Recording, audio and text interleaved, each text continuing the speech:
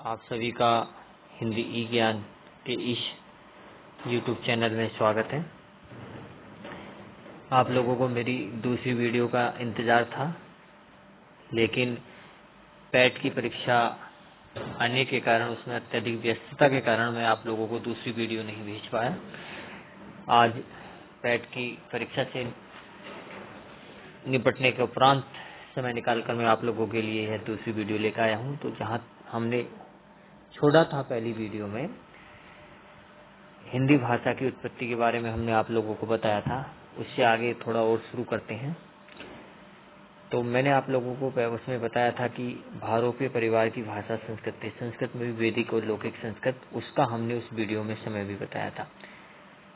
तो 1500 ईसा पूर्व से 500 ईसा पूर्व तक का जो ये 1000 वर्ष का समय है, यह संस्कृत काल कहलाता है। और इसमें दो प्रकार की संस्कृत हमको देखने को मिलती है। एक है वैदिक संस्कृत, दूसरी है लौकिक संस्कृत। तो वैदिक संस्कृत के जो ग्रंथ हैं या वैदिक संस्कृत जो हमको देखने को मिलती है, वो मुख्यतः वेदों में देखने को मिलती है। तो जो हमारे 4 वेद हैं, ऋग्वेद, यजुर्वेद, सामवेद, अथर्ववेद, उन चारों वेदों में हमें वैदिक संस्कृत देखने को मिलती है।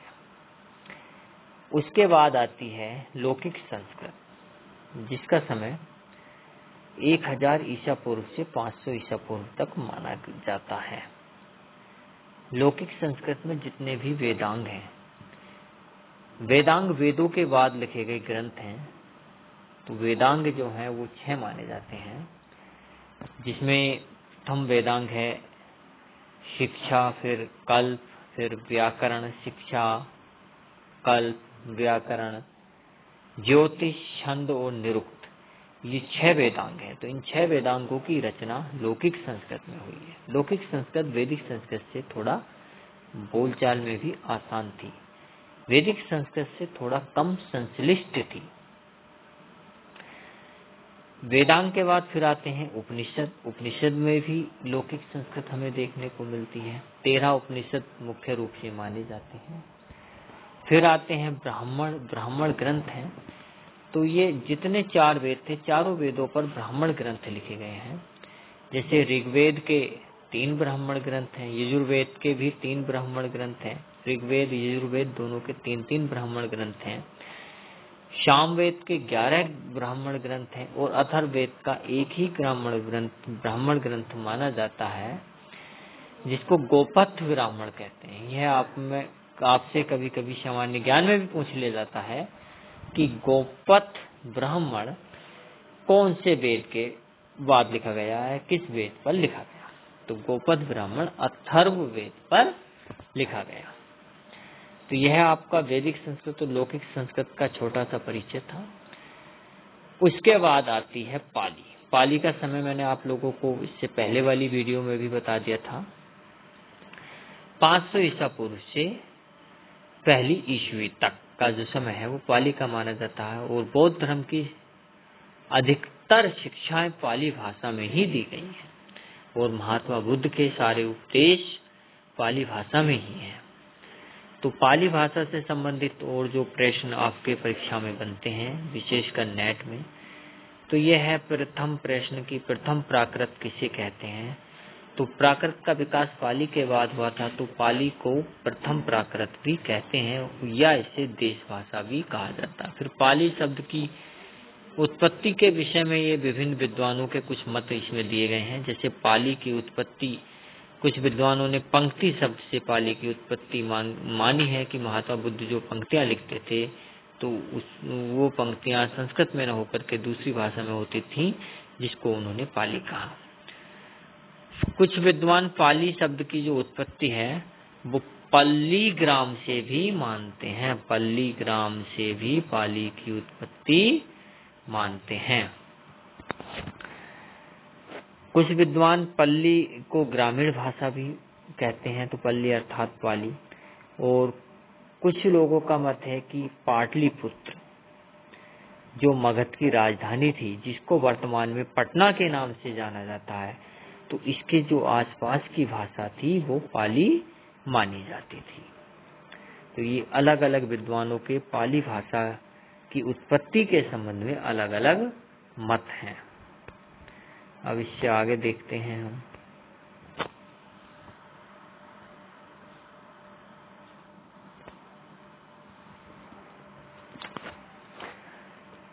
आगे एक ग्रंथ है अभिधाक दीपिका। अभिधाक दीपिका ग्रंथ के अनुसार पाली शब्द की जो उत्पत्ति है वो पा शब्द में ली प्रत्यय लगाने से हुई है। पा का अर्थ है बुद्ध के वचनों की रचना, और ली उसकी भाषा। तो बुद्ध के वचनों की रचना की भाषा जो है वो पाली मानी गई है। किस ग्रंथ के अनुसार? अभिधाक दीपिका ग्रंथ के अनुसार पाली की उत्पत्ति पा शब्द में ली प्रत्यय लगने से मानी गई है।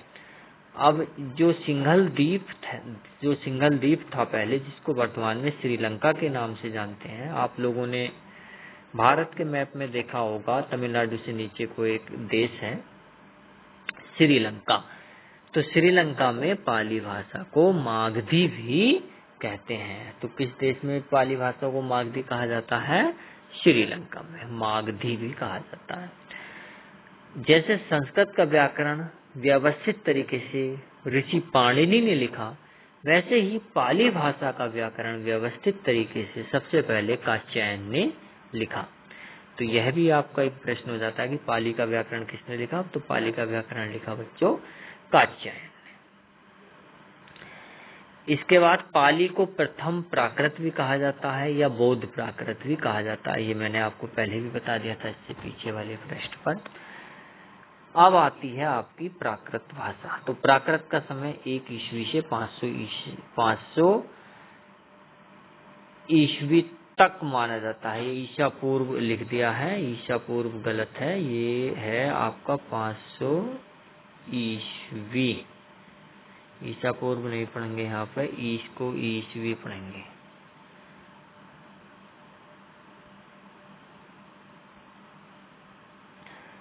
ईस्वी तक माना जाता है। फिर इसके बाद पाली का जो व्याकरण है वो कात्यायन ने लिखा, ये रिपीट हो गया है यहाँ पे।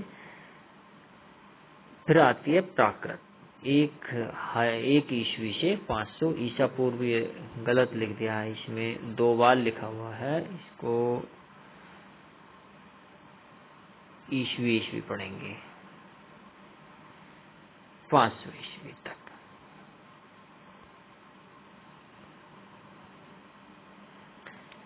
फिर प्राकृत शब्द का अर्थ, प्राकृत भाषा जो शब्द है, तो प्राकृत का अर्थ है जन सामान्य की भाषा। एक ऐसी भाषा जो जन सामान्य की भाषा है, वह भाषा प्राकृत कहलाएगी। कब? 1 ईस्वी से 500 ईस्वी तक के बीच का जो समय था।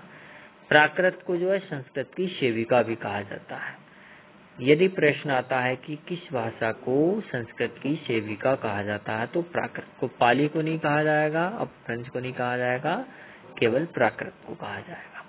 और महावीर स्वामी के सारे उपदेश या महावीर स्वामी के अधिकतर उपदेश केवल पाली भाषा में लिखे, उसमें प्राकृत भाषा में लिखे गए हैं। और महात्मा बुद्ध के सारे उपदेश पाली भाषा में है। तो प्राकृत का व्याकरण जो है, जैसे संस्कृत का व्याकरण पाणिनि ऋषि ने लिखा, और वैसे ही कात्यायन ने आपका पाली का व्याकरण लिखा। तो प्राकृत भाषा का व्याकरण वररुचि और हेमचंद्र ने लिखा। संस्कृत भाषा के व्याकरण, जैसे कि मैंने आपको बताया, पाणिनि से पहले भी व्याकरण लिखने की परंपरा थी, लेकिन उसके हमें कोई विशेष प्रमाण या सूत्र नहीं मिलते, केवल थोड़े बहुत उपलब्ध होते हैं जिनसे उसकी पूर्ण रूप से पुष्टि नहीं होती। लेकिन पाणिनि के व्याकरण की हमें पूर्ण रूप से पुष्टि होती है। उसका एक पूरा व्याकरण शास्त्र, एक व्याकरण ग्रंथ पाणिनि ऋषि के द्वारा लिखा गया उपलब्ध है। तो पाणिनि संस्कृत के व्याकरणाचार्य माने जाते हैं, कात्यायन पाली के व्याकरणाचार्य माने जाते हैं, और हेमचंद्र वररुचि प्राकृत भाषा के व्याकरणाचार्य माने जाते हैं। ये प्राकृत भाषा के कुछ ग्रंथों के नाम लिखे हैं मैंने यहाँ पे। गाथा सप्तशली, कर्पूर मंजली, प्राकृत भाषा में लिखे गए ग्रंथ हैं। फिर इसके बाद आती है अपभ्रंश।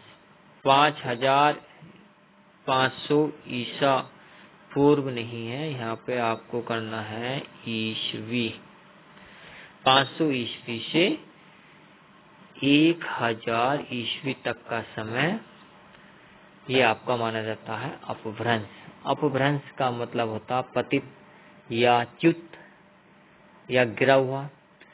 अब जैसे पतित का मतलब भी गिरा हुआ होता है, च्युत का मतलब भी गिरा हुआ होता है। जैसे एक शब्द पदच्युत, तो इसका मतलब पद से हटाया गया, पद से गिरा हुआ। दंडी ने अपभ्रंश भाषा को आभीर भाषा कहा है। दंडी संस्कृत के आचार्य हुए, उन्होंने आभीर भाषा कहा है अपभ्रंश को।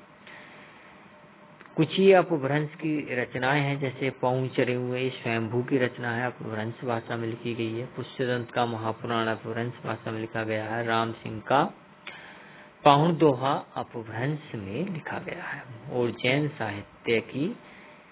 साहित्य भी प्राकृत के बाद अपभ्रंश भाषा में ही लिखा गया। तो प्राकृत के बाद जैन साहित्य की उपलब्धता किस भाषा में है? तो प्राकृत के बाद जैन साहित्य की उपलब्धता अपभ्रंश भाषा में है। फिर उसके बाद आती है अवहट्ट भाषा। अवहट्ट के बारे में मैंने आप लोगों को कल भी बता दिया था। अवहट्ट को चंद्रधर शर्मा गुलेरी जी ने पुरानी हिंदी नाम दिया है। तो अवहट्ट को पुरानी हिंदी किसने कहा? चंद्रधर शर्मा गुलेरी ने। अवहट्ट का प्रथम प्रयोग ज्योतिश्वर ठाकुर के वर्ण रत्नाकर में मिलता है। तो अवहट्ट का प्रथम प्रयोग या अवहट्ट का प्रथम ग्रंथ कौन है? वर्ण रत्नाकर ज्योतिश्वर ठाकुर के द्वारा लिखित गया। फिर इसके बाद अवहट्ट की और रचनाएं हैं। अवहट्ट भाषा में लिखे गए और ग्रंथ है, जैसे संदेश राचक है, कीर्ति लता है, कीर्ति पताका है। ये जो विद्यापति की रचनाएं हैं, ये भी अवहट्ट में लिखी गई हैं। तो इनको भी आप लोग याद कर लीजिएगा। और आज के लिए इतना ही। Thank you.